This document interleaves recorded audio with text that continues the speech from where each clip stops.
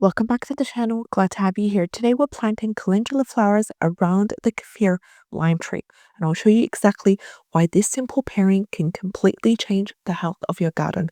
Calendula isn't just a pretty flower, it's one of the most powerful companion plants you can grow, especially around citrus trees like Kaffir lime. So in this video, I'll share why we plant calendula here every season, the secret benefits it brings to citrus trees, and how to care for both calendula and kaffir together naturally. So stay till the end because I'll show you how we make a natural calendula pest spray that works beautifully for all garden plants. Now, first of all, why this combination? Why calendula and kaffir lime? This is a perfect pair because they work together in nature's best kind of friendship. So here's why this pairing works beautifully for three reasons. Number one, it acts as a natural pest control because calendula acts like a magnet for aphids, thrips, and whiteflies. It draws them away from the Kaffir tree. The sticky stems trap small pests before they even reach the citrus leaves. Number two, it's great for soil enrichment. So when calendula finishes flowering, what happens is the roots deep below the soil release nutrients that improve soil texture and boost microbial life around your citrus roots.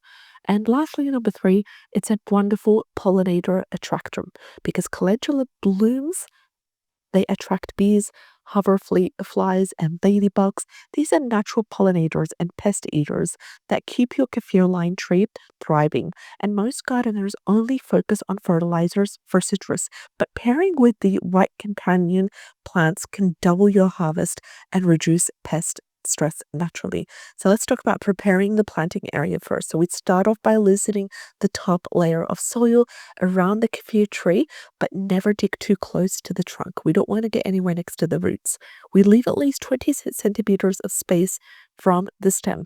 Now, calendula loves well-draining soil with a bit of compost mixed in. So we just simply scatter a thin layer of warm castings and rake gently to mix it through. And if your kaffir tree is in a pot, absolutely no problem. You can plant 3 to 4 calendula seedlings around the edges of the same for the same benefit. So don't use heavy manure near citrus because what that does is it can burn feeder roots.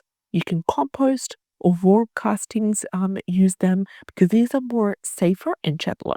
Also, let's talk about the process of planting the calendula because calendula grows easily from seed or seedlings. In this case, we're planting ours from seedlings, very young seedlings, and in other areas as well of the garden, we planted the calendula about 15 to 20 centimeters apart around the tree base, just enough space for the air and the light to reach the kaffir limes. And after planting, just simply water thoroughly with diluted seaweed solution because what that does is it helps the roots settle and reduce transplant shock. Now here's a watering hack for you. Keep the soil moist but not soggy because calendula doesn't like wet feet. And within about 2 weeks, the plant should start to establish. You'll soon have bright orange and yellow blooms under your kaffir tree.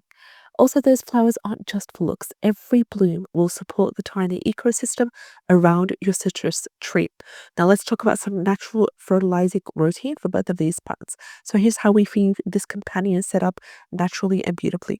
Every 2 to 3 weeks, we water around the tree base with a mix of 1 tablespoon fish emulsion, 1 tablespoon seaweed extract, 1 teaspoon of molasses, all combined and mixed in with 5 liters of water. What that does is it really keeps both the kaffir lime and the calendula strong with deep green leaves and long-lasting blooms.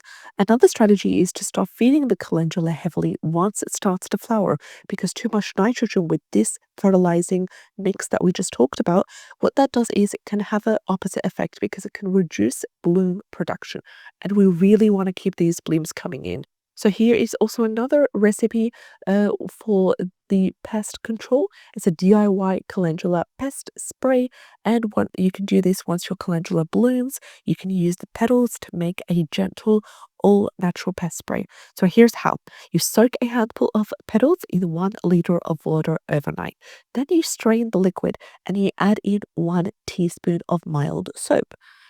You put that all in a spray bottle and you spray the citrus leaves weekly.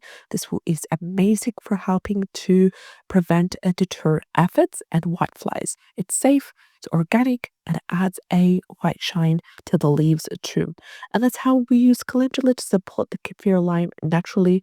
You could also do it for a sort of citrus tree and follow the same exact procedure, recipes, and strategies that we've talked about in this video. It's simple, it's beautiful, it's eco-friendly, no chemicals, just nature helping nature and companion planting. And if this video has inspired you, give it a thumbs up. Comment below if you've tried companion planting around citrus. We'd love to hear what has worked for you.